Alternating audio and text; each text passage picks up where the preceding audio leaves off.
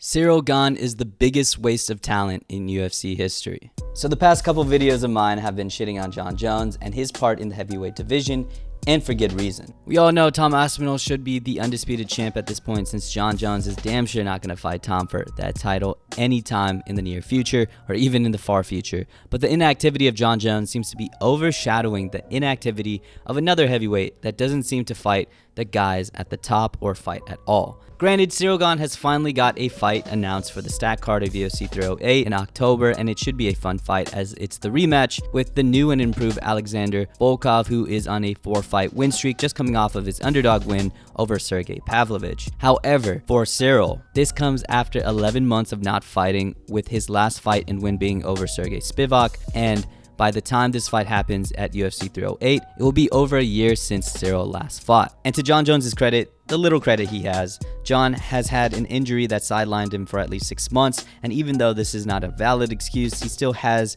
somewhat of an excuse to fight Stipe since it was planned in November of last year.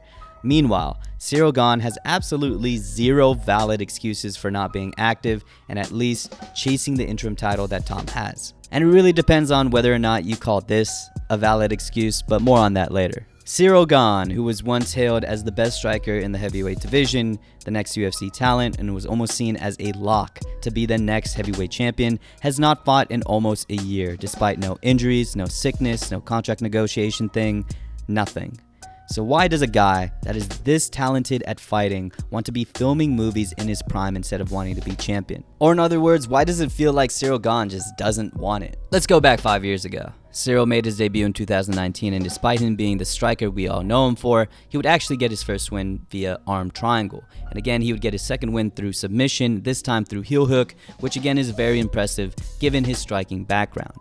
And after his third fight and win via decision, Ciryl Gane would face his first notable opponent and former heavyweight champion, Junior Dos Santos. And sure, he was a well past his prime Junior Dos Santos, but he still sparked the former champ with beautiful striking and eventually a giant elbow to seal the deal. This would then be followed with a win over Jairzinho Rozenstruik, where again, Ciryl would put on a striking masterclass, this time over the course of 5 rounds. And Ciryl was just so fluid in there, mixing up his striking and even grappling at times. This great win would be followed with another great win over a long-time name in the division in Alexander Volkov, and again, over the course of 5 rounds, Gane would look like the future of this division as he looked so fast on the feet and outstruck a tough Volkov who gave Gane work too. Then we would get into the fight that I think introduced Ciryl Gane to a much bigger stage, the casuals especially, as he fought longtime heavyweight star Derek Lewis in his hometown of Houston, Texas. And as much as I don't really like Ciryl Gane now, it was hard as fuck that he came out to still tipping in enemy territory. And he completely decimated the one-dimensional Derek Lewis. As Derek Lewis did what Derek Lewis does, which is wait for his opportunity to land something big and put the lights out on Ciryl, Ciryl continued to land unchecked leg kicks, pick apart Derek, and eventually he found a giant right and finished him on the floor. This fight additionally made Ciryl Gane the interim champion and set up his opportunity to fight for undisputed gold. And his opponent, former teammate Francis Ngannou. And I still remember the hype and aura surrounding Ciryl Gane at this point. If you don't remember or you weren't around during this time, Ciryl Gane had the aura and hype of what Tom Aspinall currently has today. Everyone was clamoring over the fact that Ciryl Gane was this beautiful striker, fast as hell for the heavyweight division, a guy that was 250 moving like a welterweight and just had a deeper bag than the champion at the time, Francis Ngannou. The narrative at the time was, as good as Francis was, and despite how great he improved in his second fight with Stipe, especially in the grappling game, Francis was still going to be outclassed by the 2.0 heavyweight in Ciryl Gane. And remember, these guys were once teammates in France and fought under the same gym and same coach. So the clips of Ciryl looking cleaner, looking sharper, and outclassing Francis in sparring were circulating online, and this even convinced me that Francis was going to be outclassed. Ciryl came into this fight a solid minus 160 favorite, with Francis being the plus 140 underdog, so even though this fight was close, many were leaning towards Ciryl to take this. Additionally, Francis was also coming off of a 10-month layoff due to a knee injury that could have pulled him out of the fight entirely, so really, literally and figuratively, all of the odds were stacked against Francis. And in those first couple of rounds, it really did look like all of those things were coming into fruition fruition. Ciryl Gane was way quicker than Francis, lighting him up with strikes that Francis couldn't have countered. Francis was clearly losing the stand-up, and his fight-changing power was rendered useless because Ciryl was way too quick for him, and it really seemed like Ciryl just knew all of Francis's moves. But in the third, Francis would make an unprecedented move, which would completely turn the tides of this fight as he became a motherfucking wrestler. Oh, you're a wrestler now. And took Ciryl to another dimension of a fight, straight into the canvas. It was probably one of the greatest mid-fight adjustments I've ever seen, and something no one expected out of Francis Ngannou. And from here, it was just straight bully mode from Francis. Eventually, Francis Ngannou would get this win via unanimous decision, and it would prevent the young and talented Ciryl Gane from catching undisputed heavyweight gold. But still, by this point, nobody was really throwing away Ciryl Gane's career quite yet. I mean, he got a UFC title shot only after 4 years fighting MMA. That's pretty crazy, and even though he was out-wrestled by Francis, he still was seen as a true contender. Ciryl would bounce back and deliver in quite possibly my favorite fight of that year when he took, at the time, the red-hot Tai Tuivasa in his hometown of France.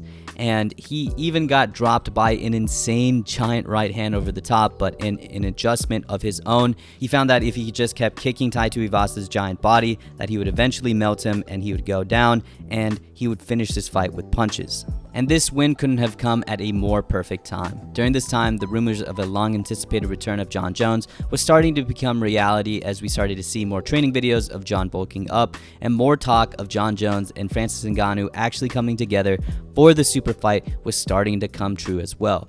But in another unprecedented move by Francis Ngannou, he would announce that he would be leaving the UFC due to contract negotiations with the UFC and disputes over money and other benefits. With Francis out and Ciryl, relatively speaking, just having fought for the title and had a great performance thereafter, it just made way too much sense for him to take Francis's place and fight Jon Jones. And so it was set.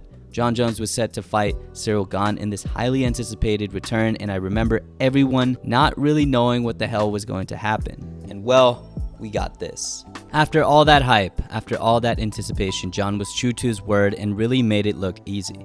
And it was such a disappointing outing from Ciryl. I mean, I understand Jon Jones is an amazing wrestler, probably one of the greatest in UFC history, but Ciryl just looked like he gave no resistance. And sure, Ciryl would bounce back with a knockout performance against Sergey Spivak, but it was nothing notable relative to what other heavyweight contenders were doing. Sergey Pavlovich was rising up the rankings, running through everyone in his path, while Tom Aspinall was doing the same in all sorts of ways. And when it came time for someone to replace Jon Jones in November, these warriors would step up and give us a violent performance that ended with Tom Aspinall being the interim champion and set up for Jon Jones. But where was Ciryl Gane in all of this? Reports immediately came out that he was and has been ducking many heavyweight contenders. First, it started with Curtis Blaydes back in the day, but to be fair, Curtis Blaydes wasn't a big name at the time, and Ciryl felt a win over Blaydes wouldn't do anything for his career. Okay, but it came out back last September that Ciryl Gane rejected a challenge from Tom Aspinall to fight him since he was the #1 contender while Tom was only ranked 4. And quote, Ciryl wanted to go back to the belt. And oh, the tables have turned. Tom also additionally claimed the only reason he got the late notice fight in November was because Ciryl turned down the opportunity to fight Sergey for the interim championship. And then again, Ciryl turned down another opportunity to fight for the interim championship, this time against Tom, as this recent fight between Tom and Curtis Blaydes was supposed to be between Ciryl Gane and Tom Aspinall. And this time, the duck was confirmed true. His camp confirmed that they were offered this fight. However, they have filming commitments for some Netflix movie.